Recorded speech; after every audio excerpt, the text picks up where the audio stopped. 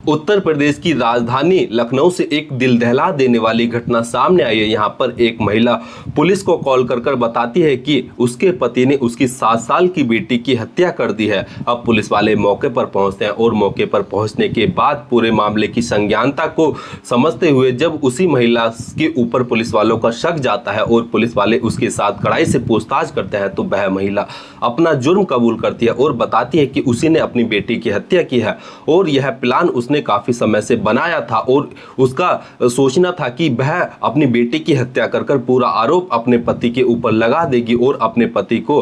फंसवा देगी और उसका पति जो है पूरा जीवन जेल में बिताएगा, लेकिन वह ही जो है पकड़ी गई है। दोस्तों, यह जो पूरी सच्ची घटना सामने आई है यह उत्तर प्रदेश की राजधानी लखनऊ से सामने आई है। लखनऊ में एक केसर बाग कर जगह पड़ती है और यहीं पर खदारी बाजार कर इलाका है। यहीं का रहने वाला एक शाहरुख खान नाम का लड़का, जिसकी शादी करीब 8 साल पहले एक जो रोशनी खान नाम की युवती से होती है। अब शादी के शुरुआती सालों में जो शाहरुख खान और रोशनी खान होते हैं इनके बीच सब कुछ ठीक होता है और इसी दौरान जो रोशनी खान होती है वह एक प्यारी सी बेटी को जन्म देती है। अब यहाँ पर दोनों सोचते हैं कि उनका परिवार बहुत ही अच्छे से फल फूल रहा है और बड़ा अच्छे से ही उनका परिवार चल भी रहा होता है, लेकिन दोस्तों धीरे धीरे जो रोशनी खान होती है वह शाहरुख खान से लड़ाई झगड़ा करना शुरू कर देती है और लड़ाई झगड़ा करने के साथ साथ ही वह अपने पति से कहती है कि अब मुझे तुम्हारे साथ नहीं रहना है। और कुछ साल पहले वह अपने पति से यह बोलकर अपनी बेटी, जिसका नाम फराह उर्फ सोनी खान होता है, उसे अपने साथ लेकर अपने ही प्रेमी के घर, जो कि उसका प्रेमी उदित जायसवाल नाम का व्यक्ति होता है, उसके साथ लिव इन रिलेशन में रहना शुरू कर देती है। अब दोस्तों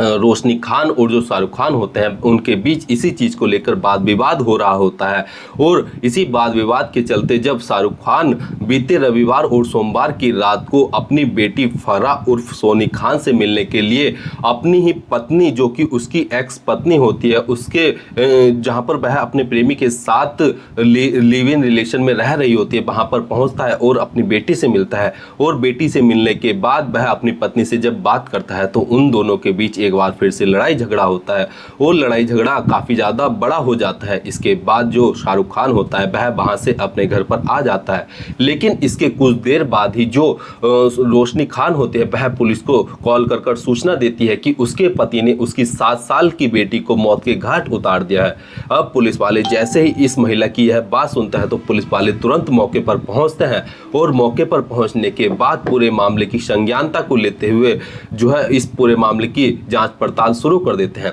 दोस्तों, जब पुलिस वाले रोशनी खान से पूछताछ कर रहे होते हैं तो रोशनी खान जो होती है वह बार बार अपने बयान से बदल रही होती है और वह बार बार पुलिस वालों को एक नई कहानी बता रही होती है, जिसके चलते पुलिस वालों का जो शक होता है वह रोशनी खान के ऊपर ही चला जाता है। और जब पुलिस वाले रोशनी खान को हिरासत में लेकर उसके साथ सख्ती से पूछताछ करते हैं तो वह पुलिस वालों को बताती है कि उसने ही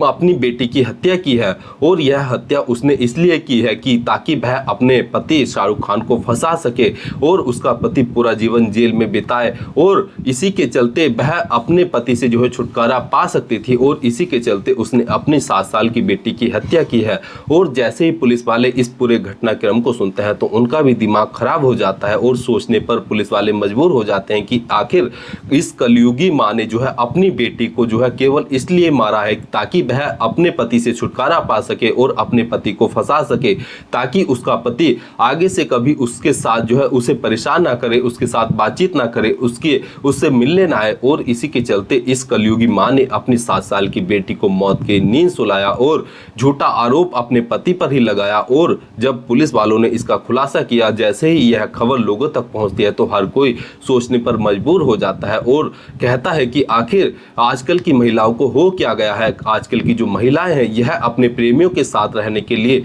आए दिन नए नए जो है कारनामे कर रही हैं, आए दिन नए नए जो है हत्याकांड कर रही हैं। और इसी हत्याकांड में जो है एक महिला ने अपनी 7 साल की बेटी को भी जो है बलि चढ़ा दिया है। दोस्तों, इस पूरे घटनाक्रम को सुनाने का उद्देश्य किसी की भावनाओं को ठेस पहुंचाना या दुख पहुंचाना नहीं है, बल्कि जागरूक करना है, सचेत करना है। धन्यवाद।